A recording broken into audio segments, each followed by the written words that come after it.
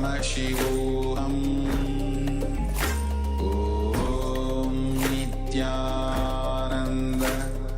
Paramashivoham Om Nityananda Paramashivoham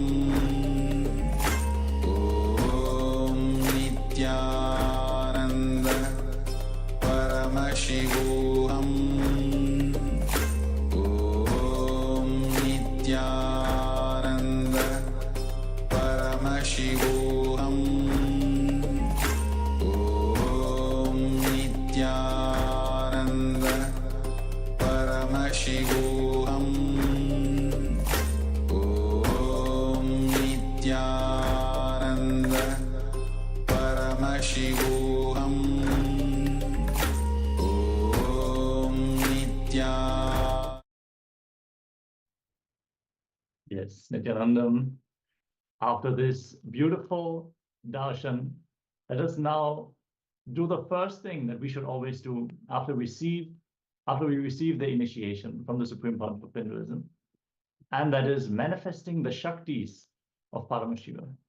After you have been showered with the intense energy, you should manifest the Shaktis so the experience gets really bolted into your very nervous system.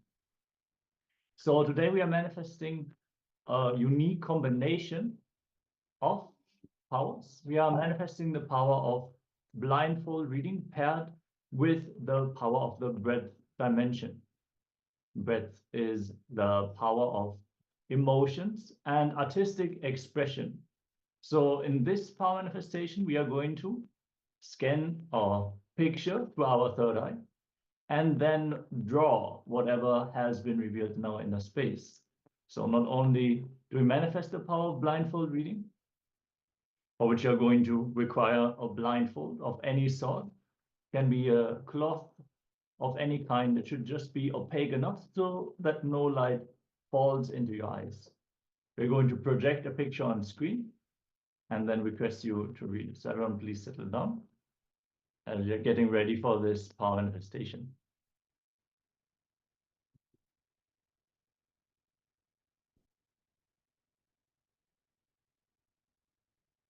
Yes. We request all the participants to sit with their head against spine in a straight line. We're first going to enter into the Shastra Pramana, the scripture reference of this power of blindfold reading. We have one reference from the Vijnana Bhairava Tantra, verse number 34, which goes as follows. Kapalantar manonyasya tishtan militalochanaha kramena manaso dardyar lakshaye lakshamuttamam. Yes. So the translation of this beautiful verse is, by fixing the mind on the inner space within the crown center and sitting stably without any movement, having the eyes closed in succession, by that stability of the mind and inner space through the power of third eye, one directly sees the ultimate goal, which is Lakshyam, by having the vision beyond the sight. And that reveals any object or place attaining the space of oneness with the source, Paramashiva. So now let's get ready, as we will be manifesting the power of third eye. So let's prepare ourselves. If you have the eye band, please put your eye bands on your eyes. And if you don't have the eye bands, you can use a opaque cloth to close your eyes. So let's get ready. Now close your eyes and start putting your eye bands on your eyes. Let's take a few moments as you do so. And then we'll be projecting the image, and you have to see through your third eye. So start chanting Mahavakya intensely, Om Nityananda Paramashivoham, and to manifest the state space of Paramashiva, being of Paramashiva, and be in completely relaxed mode. Do not tense yourself. When you are completely relaxed, Paramashiva flows through you. Remove all the identity, drop all the identities that you carry.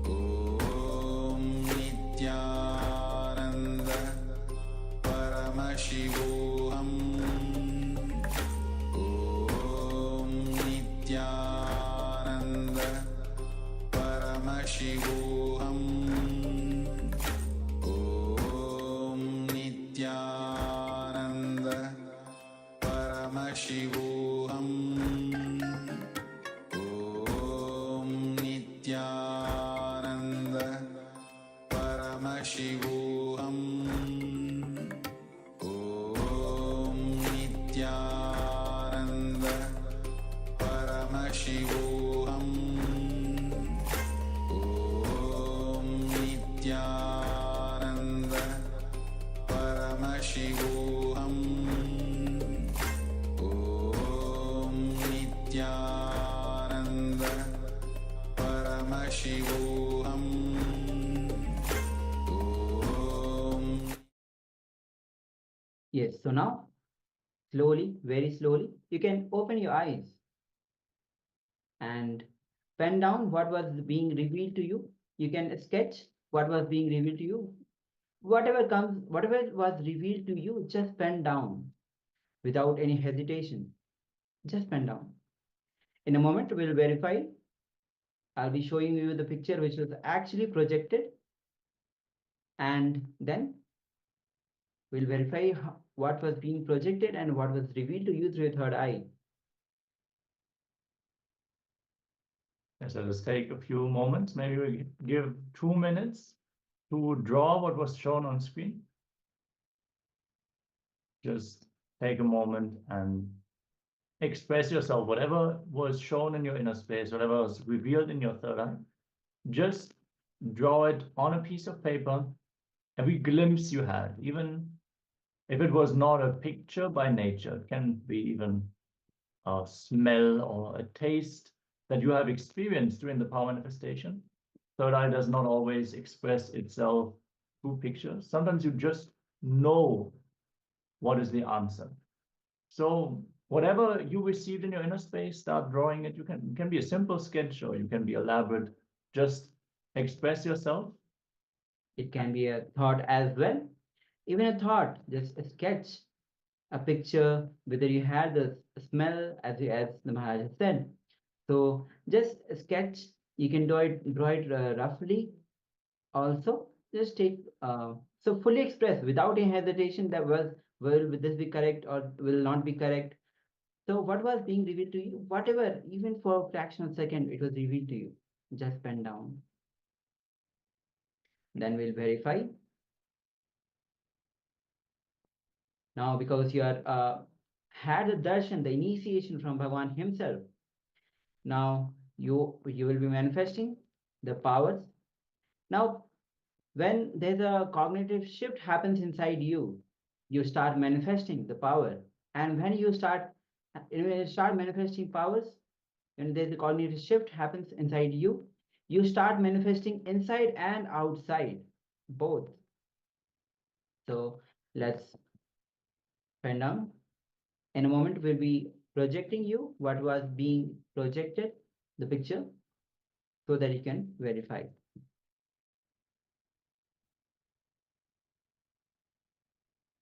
Yes. As Maharaj has shared, whenever you receive a powerful cognition, whenever a powerful cognition clicks with you, you can even use that opportunity and just manifest the power at that moment of time. When you maybe listen to one of Swamiji's satsangs or exactly during the darshan, you just play with the powers. There are so many powers that you can manifest. Of course, when we are having a power of the day and you are attending the full day program, you can simply manifest the power that we are manifesting throughout the day. But whenever something clicks with you and you manifest the power, that powerful cognition will be permanently bolted into your system and you will simply start living it. And it will express as a power through you. So now we'll be projecting you the actual picture which was projected to you. So let's verify. So as you can see, here's a beautiful picture of the Supreme Pontiff of Hinduism, where he is with jewelries, alankara, a big prabhavali is there, with crown on his head, bhasma tilak. So if you have manifested this power, put your answer in the chat box. as you can see, a few of the participants have actually put their answers.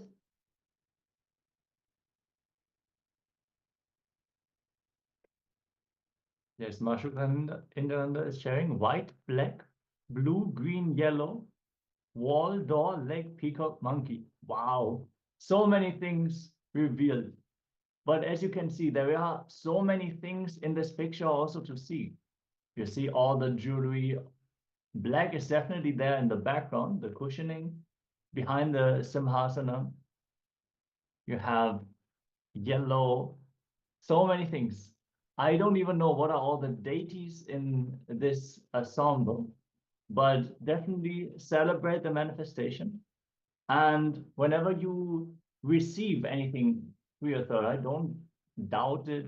Even if you feel that it is maybe unrelated, just accept it and express it.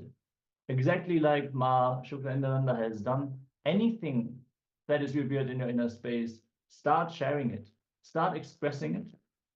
Accept it as something that had to be revealed through your inner space. The moment you stop doubting the things, maybe I'm imagining something, is it really Swamiji manifesting through me? The moment you just share everything that is happening, you will experience the breakthrough and the revelations will become more and more detailed. Yes.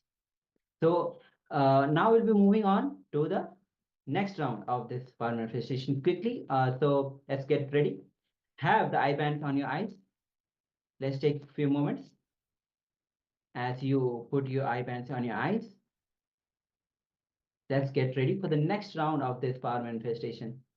So this round is going to be again the next exciting. I hope all of you are excited to manifest this power. So as Maharaj is saying, do not apply your logic. Do not have the doubt. Do not have the self-doubt that whether I'll be manifesting or not, what will be getting revealed. Let the third eye reveal itself. Do not apply your logic. Whatever third eye reveals, just go through it. It can come as a picture, it can come as a thought, it can come as a smell, and various other means. So just be a witness to it.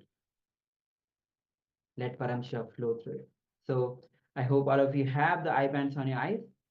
So now we'll be projecting you the image. Make sure that you have the eye bands on your eyes are closed so that you can manifest through your third eye. So we'll be projecting you the slide, the image now.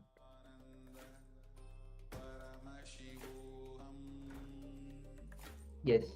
So let's begin this power manifestation. Let's take a few moments and manifest the power of blindfold to third eye.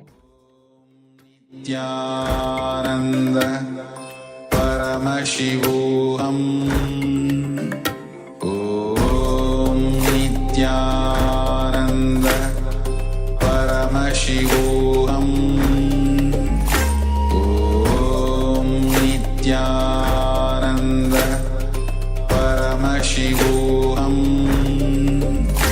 Om Nityananda Paramashivoham Om Nityananda Paramashivoham Om Nityananda Paramashivoham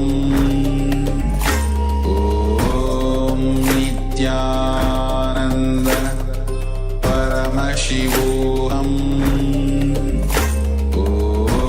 Om